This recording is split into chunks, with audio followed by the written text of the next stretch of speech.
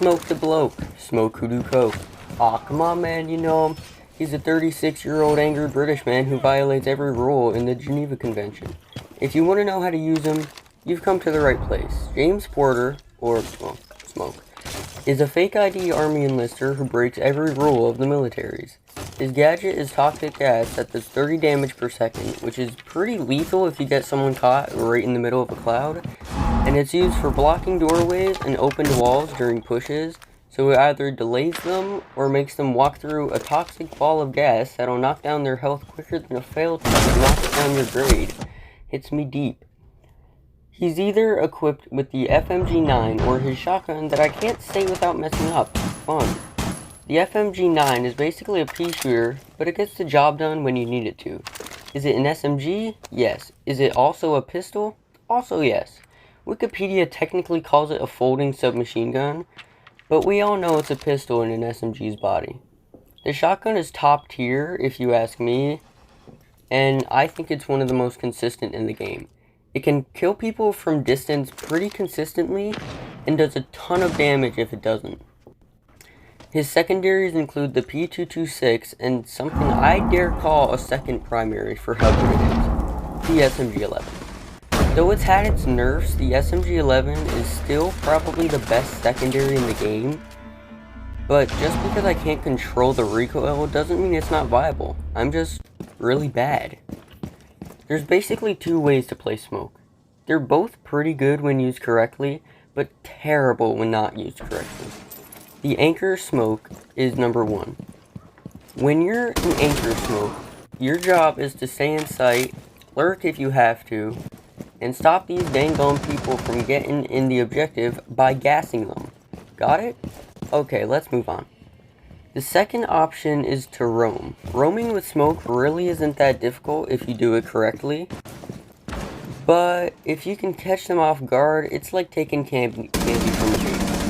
Actually, let's not say that, because if you take candy from a baby, you might get punched by an angry mom, and nobody wants that. Let's say it's like being toxic in Rainbow Six Siege and not getting banned. Yeah, trust me, it's that easy. So this whole time, you've actually been watching my gameplay, but if you want to hear my boring voice some more, you can watch the next 7 minutes or so, where I show you 2 full rounds on how to play both types of Smoke. You know, anchoring and not anchoring, also known as roaming. And if you're enjoying the video and learning something, drop a like and even subscribe. So in these rounds, I will be showing you a full round of, you know, what I'm doing. I will be explaining most of the stuff I'm doing, like, not really the prep phase, because, I mean, the prep phase isn't part of Smoke, but I will be showing you some plays that I will be using with the Smoke that I want you to know how to use. So, I will let you finish this bit of footage, and I will see you when the first round happens, which I think is Anchor Smoke, but don't quote me on that. So I will see you guys in probably 3 seconds.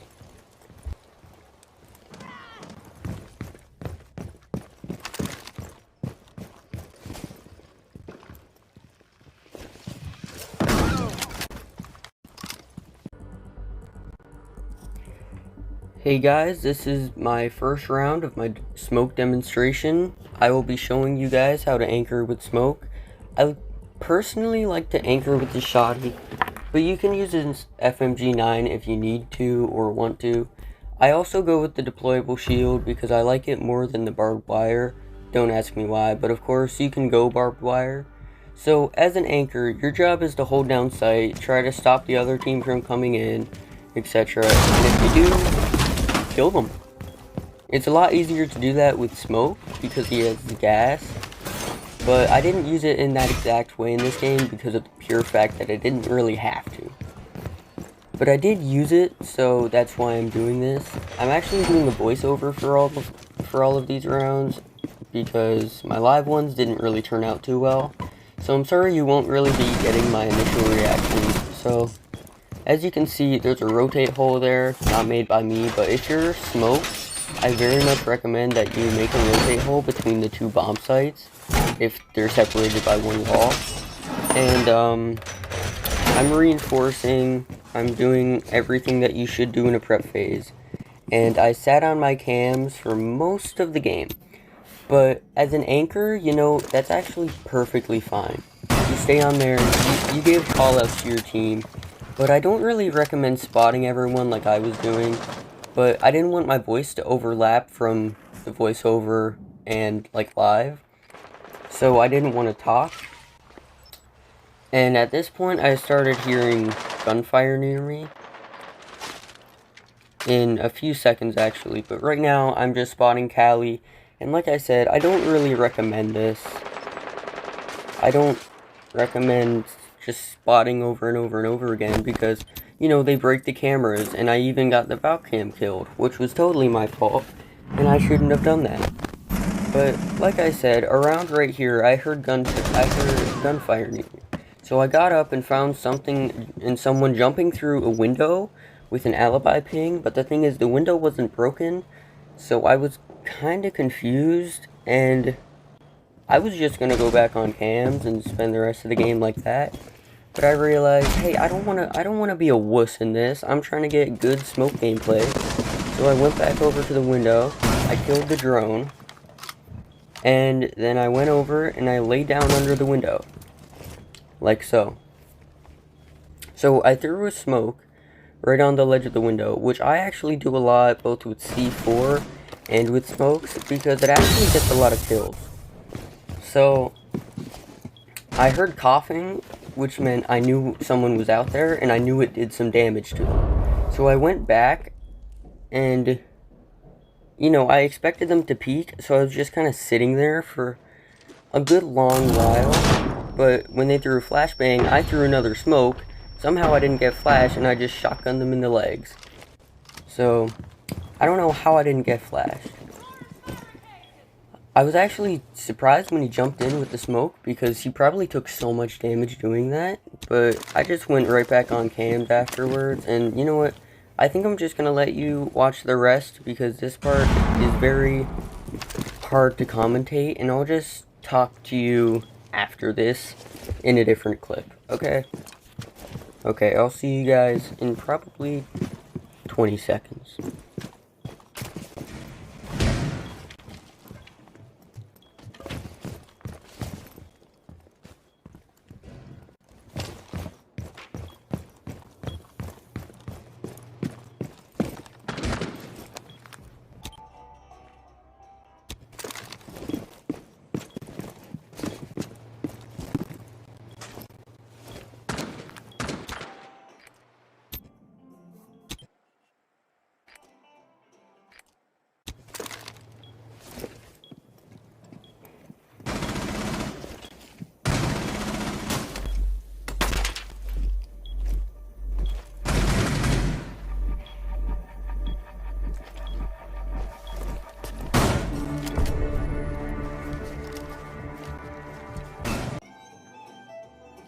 So, let's go over that last part that just happened.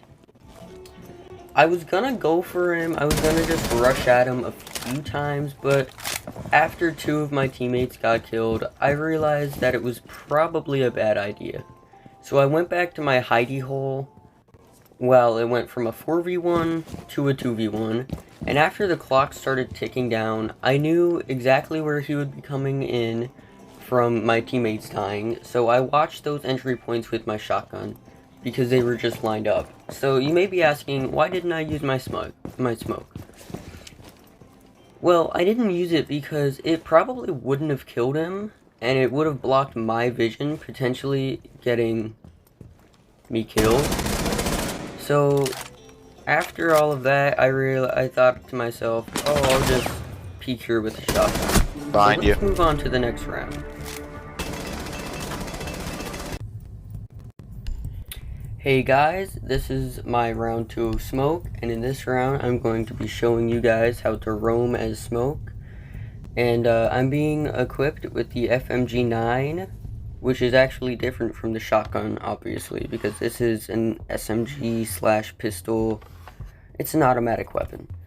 And the SMG-11 like before, along with the deployable shield, but you can obviously bring barbed wire if you want to. I really don't care. So, at the beginning of this round, I was actually just like texting someone, and I had my headset off, so that's why I'm kind of just like walking straight and not really turning and just kind of standing there, you know, not really paying attention. But once I got into it, I was doing the prep phase. I put down my deployable shield at that double doorway because I think that's a great place to put it. And I reinforced this wall because that's where a lot of people come through. So you gotta reinforce it. And then I started to reinforce this one, but Jaeger started yelling at me, saying that, oh, don't reinforce this. It's a close call for a TK. But I started to go upstairs to the first floor because it's the best place to roam, because that's where all the foot traffic is and there's a lot of places to hide. And I went for a spawn peek because someone said they're coming main entrance, but no one actually ran that way. And I went to go to a kill hole, but the lion slowed me down. So this is my favorite kill hole to go to, right? So you just punch a little hole in that wall and you have a direct line of sight on the window. So, you know, I just punched a bigger hole and I got a nice kill right there. I still don't know who it was, but I got a nice kill.